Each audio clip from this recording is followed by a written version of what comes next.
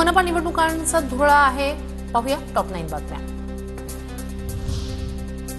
कोल्हापूर आणि इचलकरंजी महापालिका निवडणुकीत काँग्रेस आणि ठाकरेंच्या शिवसेनेची आघाडी. काँग्रेस आणि ठाकरेंची शिवसेना दोन्ही महापालिकेत एकत्र लढणार. पत्रकार परिषदेत काँग्रेस नेते सतेज पाटील यांची घोषणा. पुणे महापालिकेच्या निवडणूक रिंगणातही आंदेकर विरुद्ध कोमकर संघर्ष होण्याची शक्यता. माजी नगरसेवक वनराज आंदेकर यांच्या खुनाचा आरोप असलेल्या गणेश कोमकरची पत्नी कल्याणी कोमकरनं शिंदेच्या शिवसेनेकडून मुलाखत देत उमेदवारीची केली मागणी. सोलापुरात भाजप आणि शिंदेच्या शिवसेनेच्या युतीच्या हालचाली वाढल्या. सोलापुरात भाजप आणि शिंदेची शिवसेना एकत्रित निवडणूक लढण्याची शक्यता. सन्मानपूर्वक जागांचं वाटप करून मनपा निवडणूक लढण्यासाठी एकमत.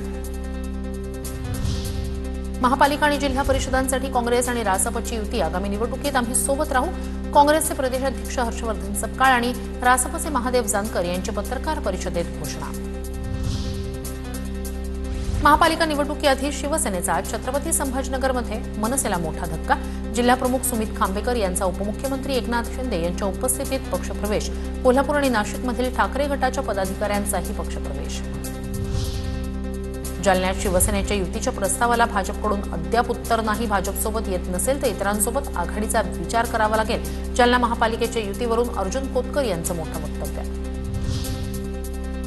नाशिकमध्ये शिंदेच्या शिवसेनेकडून अनोख्या पद्धतीनं प्रचार. वासुदेवाच्या वेशात सकाळी प्रभागांमध्ये फिरत झांज टाळ वाजवत गल्लोगल्ली चौकात उमेदवारांचा प्रचार. व्हिडिओ सोशल मीडियावर व्हायरल. कोल्हापूर कसं तुम्ही म्हणशील तसं टॅगलाईनवरून सतेज पाटील आणि महाडिक यांचे दावे प्रतिदावे. रील स्टारच्या रीलला सतेज पाटील यांची कमेंट तर त्यालाच ज्यांची टॅगलाईन त्यांची सत्ता होती मग त्यांना अपयश का आलं. कृष्णराज महाडिक यांचा कमेंटमधून सवाल. भाजप सोडून कोणत्याही पक्षासोबत युती करा. प्रकाश आंबेडकर यांच्या राज्यभरातील वंचितच्या जिल्हाध्यक्षांना सूचना. तर ठाकरे बंधूंच्या युतीचं प्रकाश आंबेडकरांकडून स्वागत.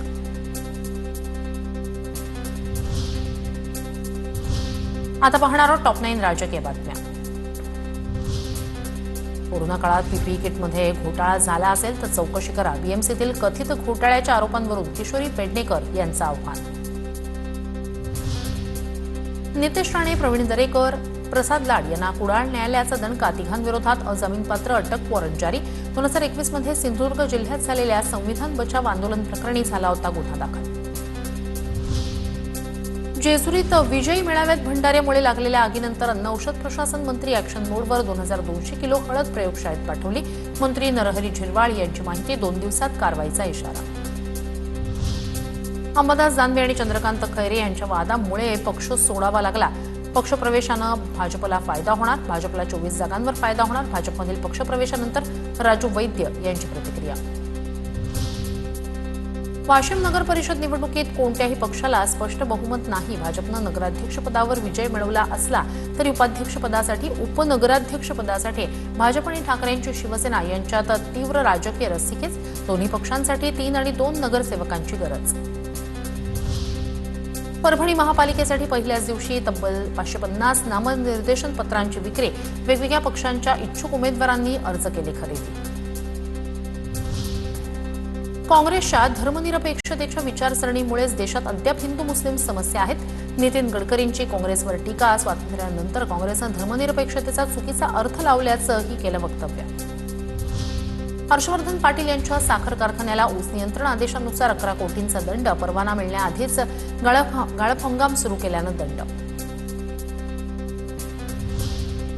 मराठा समाजाला ओबीसीतून आरक्षण देण्याच्या सरकारच्या निर्णयाला विरोध करणारी याचिका नागपूर खंडपीठात दाखल.